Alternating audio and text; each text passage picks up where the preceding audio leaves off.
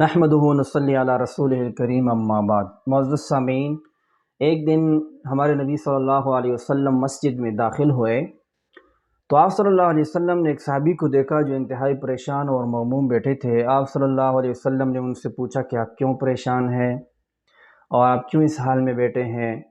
وہ صحابی کہنے لگا کہ یا رسول اللہ، مجھے غموں اور قرضوں نے گھیر رکھا ہے، یعنی پریشانیاں اور غم اور قرضیں میرے اوپر بہت زیادہ ہوئی جس کی وجہ سے میں پریشان ہوں۔ اللہ کے رسول صلی اللہ علیہ وسلم نے ان کو ایک دعا سکھلائی اور فرمایا کہ آپ صبح اور شام یہ دعا پڑھ لیا کریں، انشاءاللہ اللہ تعالیٰ آپ کو ان پریشانیوں اور قرضوں سے نجات دے گا۔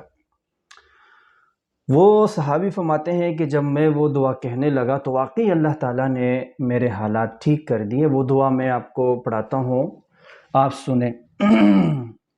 وہ دعا یہ ہے: اللہم انی اعوذ بک من الہم والحزن واعوذ بک من العجز والکسل واعوذ بک من الجبن والبخل واعوذ بک من غلبۃ الدین وقہر الرجال۔ ایک دعا یہ ہے۔ ایک اور موقع پر اللہ کے رسول صلی اللہ علیہ وسلم نے ایک اور دعا بھی سکھلائی ہے۔ وہ دعا بھی انتہائی مجرب عمل ہے۔ وہ دعا یہ ہے: اللہم اکفینی بحلالک عن حرامک واغننی بفضلک عمن سواک۔ انتہائی کثرت سے یہ دعا پڑھا کریں۔ دیکھیں، ایک دفعہ پڑھنے سے ہم یوں سمجھتے ہیں کہ ایک دفعہ پڑھنے سے ایک دعا جلدی اثر کرے، لیکن ایسا نہیں ہوتا میرے عزیز بھائیو۔ بار بار ایک دعا کو مانگے، اللہ سے مانگے، نماز کے بعد مانگے، رو رو کر اللہ سے مانگے تو انشاءاللہ یہ ایک دعا ہے، یہ تب قبول ہوگی۔ ایک دو باتیں اور سمجھیں۔ سب سے پہلے تو یہ ہے کہ اپنے نمازوں کی پابندی کریں۔ یہ ہو نہیں سکتا کہ آپ نماز نہ پڑھیں اور آپ کے رزق میں یا آپ کی پریشانیاں ختم ہوں۔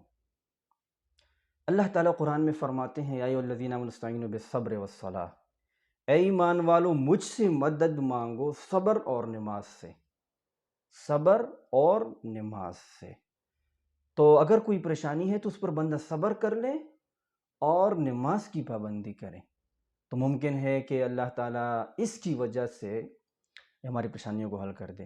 ایک اور صورت یہ ہے کہ آپ ایسا کریں کہ آپ اپنی زندگی کو اعتدال پر لے آئیں۔ جو فضول خرچیاں ہیں، جو اسراف ہیں، اس کو کم کر دیں۔ اس کو آپ اس حال پر لے آئیں کہ اگر مثال کے طور پر آپ دن میں گھر میں 500 روپے خرچ کرتے ہیں یا اپنے اوپر خرچ کرتے ہیں تو 400 کر دیں، 300 کر دیں۔ جو 100 روپے ہیں اس کو آپ بچت کر کے اس پہ قرض کی ادائیگی شروع کر دیں۔ تو انشاءاللہ آپ یہ قربانی دیں گے تو اللہ تعالیٰ کی مدد اور نصرت بھی آئے گی۔ تو یہ چند باتیں ہیں آپ سے کر لیے۔ اللہ ہمیں عمل کرنے کی توفیق عطا فرمائے۔ جزاکم اللہ خیرہ۔